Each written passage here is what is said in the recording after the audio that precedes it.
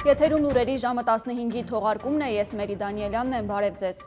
Եվ այսպես երկարատև կեղծ դատավարություններից խորհրդակցական սենյակում ձևական քննարկումներից հետո վերջապես հրապարակվել է Արցախի նախկին պետնախարար Ռուբեն Վարդանյանի դատավճիռը։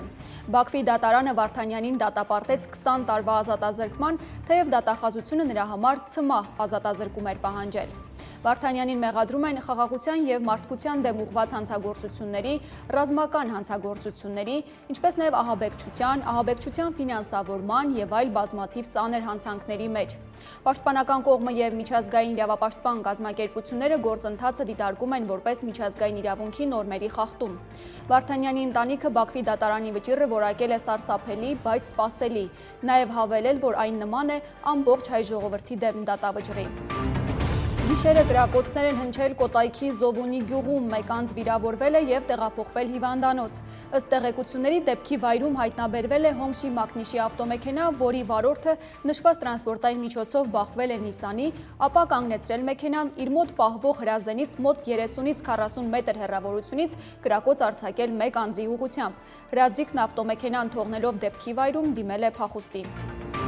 Նիկոլ Փաշինյանն ու Աննա Հակոբյանը պաշտոնապես գրանցել են իրենց ամուսնությունը։ Մինչև այդ վարչապետն ու նրա տիկինը մոտ 27 տարի քաղաքացիական ամուսիններ էին։ Facebook-ում է Հակոբյանը այս մասին տեղեկացրել, ապա բոլորին հորդորել թեմայի շուրջ լինել զուսպ և կոռեկտ։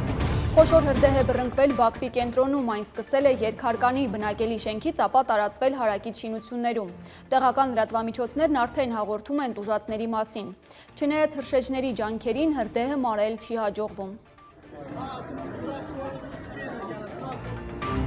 Ադրբեջանական կողմը Արցախի օկուպացված տարածքները որպես զբոսաշրջային ուղղություններ է ներկայացնում։ Ըստ այդ երկրի պետական զբոսաշրջության գործակալության պատրաստվել են Քարինտակ և Տող գյուղերի, Հադրութի, Մատաղիսի և Շուշիի զբոսաշրջության զարգացման հայեցակարգերը։ Մոնումենտ ոչն է գրում։ Հասկանալի է, որ այստեղ բացահայտ կերպով զբոսաշրջությունը միացվում է տարածքները յուրացնելու և այն աշխարհին ադրբեջանական պատմական ժառանգություն ներկայացնելու նարատիվին։ Այժմ Ադրբեջանը գովազդում է Արցախը միջազգային հարթակներում, սակայն իրականում դա միտում ունի օկուպացված տարածքում միջազգային հանրության մոտ ստեղծել բնականոնության տպավորություն։ Իբր ամեն ինչ օրինական է, ամեն ինչ լավ է։